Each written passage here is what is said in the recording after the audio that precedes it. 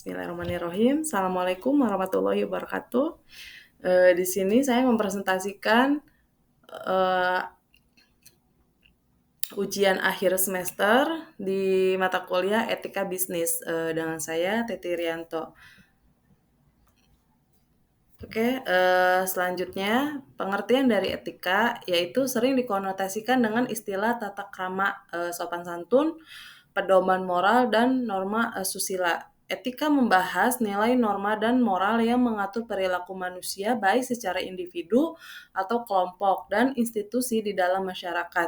Sedangkan norma merupakan aturan atau konveksi yang dilakukan di masyarakat baik secara tersurat ataupun tersirat yang bersifat informal dan juga tradisional.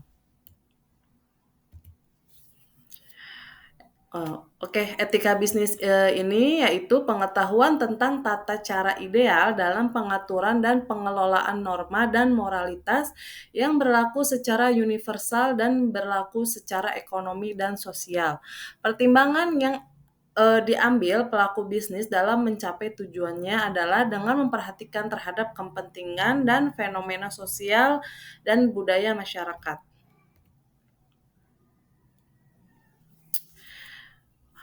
Berikut ethical principle yaitu pertama kemanusiaan, tanggung jawab untuk melakukan visi dan misi perusahaan. Selanjutnya menanamkan sikap memperlakukan semua pihak secara adil atau tanpa membedakan. Dan selanjutnya yaitu menerapkan kepatuhan dalam melaksanakan berbagai komitmen. Yang terakhir, perilaku bisnis agar perlu menjalankan bisnis dan tetap menjaga nama baik perusahaan. Oke. Dalam kasus ini saya mengambil kasus dari Jiwasraya.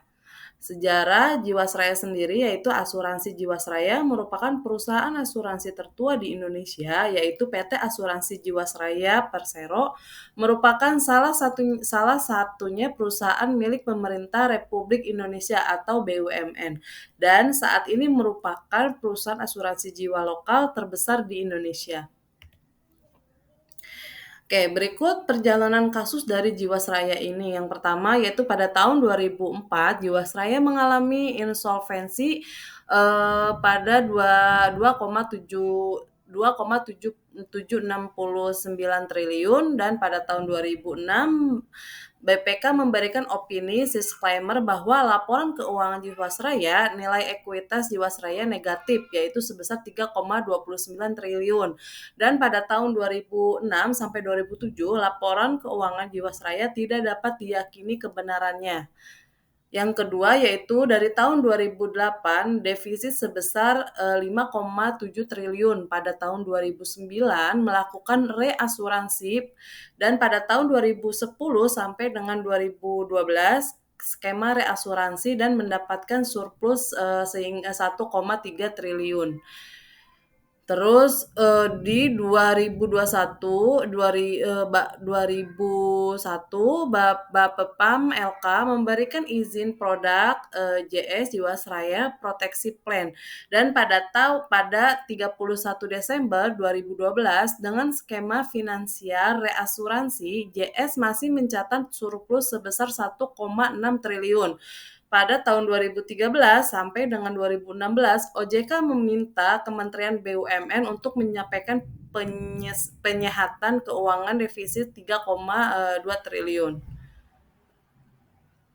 Nah, pada tahun 2014, Jiwasraya menjadi sponsor klub Manchester City. Pada tahun 2015, OJK melakukan pemeriksaan investasi dan pertanggungjawaban. Pada tahun 2016, OJK meminta rencana pemenuhan rasio kecukupan investasi karena sudah tidak menggunakan mekanisme reasuransi.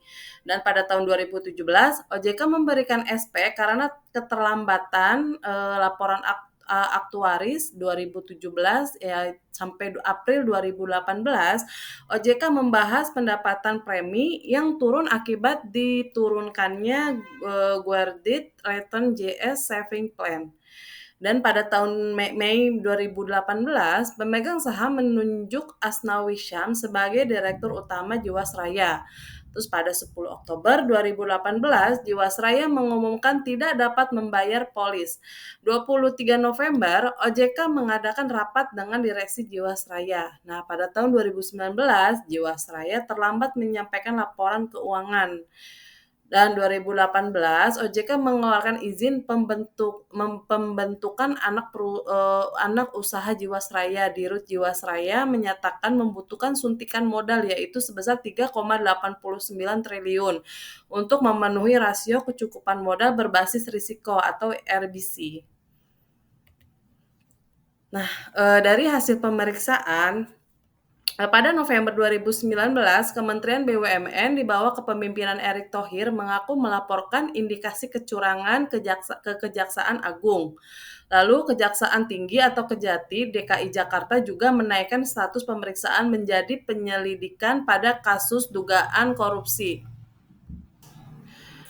Pada Desember 2019, penyidikan Kejagung terhadap kasus dugaan korupsi Jiwasraya menyebut ada pelanggaran prinsip kehati-hatian dalam berinvestasi.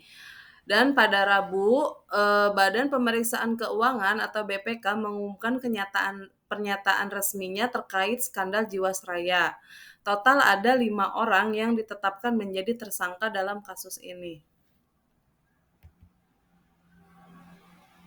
Oke, dari kasus Jiwasraya ini, berikut adalah analisis kasusnya, yaitu PT Jiwasraya tidak menerapkan ethical of care dan utilitarianisme, di mana prinsip tersebut mengedepankan untuk mempertimbangkan orang-orang sekitar terhadap keputusan yang dibuat atau kebijakan yang diterapkan. Salah satu stakeholder atau pihak yang terdampak besar adalah nasabah. Sebagai perusahaan asuransi yang memiliki tanggung jawab besar terhadap dana nasabahnya, seharusnya PT Jiwasraya mengelola dengan baik dana yang diamankan tersebut, bukan malah menyalahgunakan untuk kepentingan pribadi. Nah, dampak dari isu tersebut terhadap masyarakat yaitu banyak masalah Jiwasraya terutama pensiunan dan individu yang mengandalkan investasi mereka mengalami kerugian besar akibat gagal bayar perusahaan. Dana yang seharusnya bisa digunakan untuk kehidupan sehari-hari atau masa pensiun ini menjadi sulit untuk diakses. Untuk selanjutnya, yaitu kasus ini membuat masyarakat semakin ragu untuk berinvestasi di sektor asuransi dan investasi lainnya. Banyak yang merasa tidak aman menaruh dana di perusahaan asuransi atau reksadana karena takut mengalami kejadian serupa. Oke, di sini rekomendasi solusi berbasis etika bisnis untuk menyelesaikan permasalahan Jiwasraya ini yaitu menjual atau mengalihkan aset yang masih bernilai untuk menutupi sebagian kerugian nasabah. Terus menunjukkan masyarakat perlu diberikan pemahaman tentang investasi, resiko, dan cara memilih perusahaan asuransi yang sehat secara finansial. Untuk selanjutnya yaitu menyusun skema kompensasi yang adil untuk nasabah, baik melalui pencairan bertahap dan pengembalian sebagian investasi atau skema terstrukturisasi polis. Untuk selanjutnya yaitu menunjuk pemimpin baru yang memiliki rekam jejak yang baik dalam industri keuangan dan berkomitmen pada etika bisnis. Otoritas Jasa Keuangan atau OJK perlu menerapkan sanksi lebih berat bagi perusahaan asuransi yang melanggar prinsip etika bisnis. Dan yang terakhir, masyarakat perlu diberikan pemahaman tentang investasi, resiko, dan cara memilih perusahaan asuransi yang sehat secara finansial.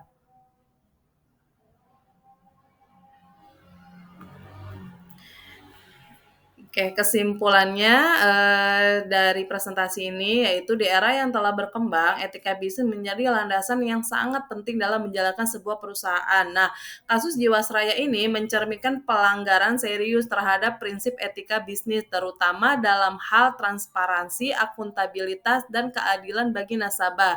Penyalahgunaan dana investasi, praktik bisnis yang tidak etis, dan kurangnya pengawasan yang efektif telah menyebabkan kerugian besar untuk masyarakat dan menurunkan kepercayaan terhadap industri asuransi Indonesia. Oke, berikut referensinya. Sekian presentasi dari saya. Terima kasih. Wassalamualaikum warahmatullahi wabarakatuh.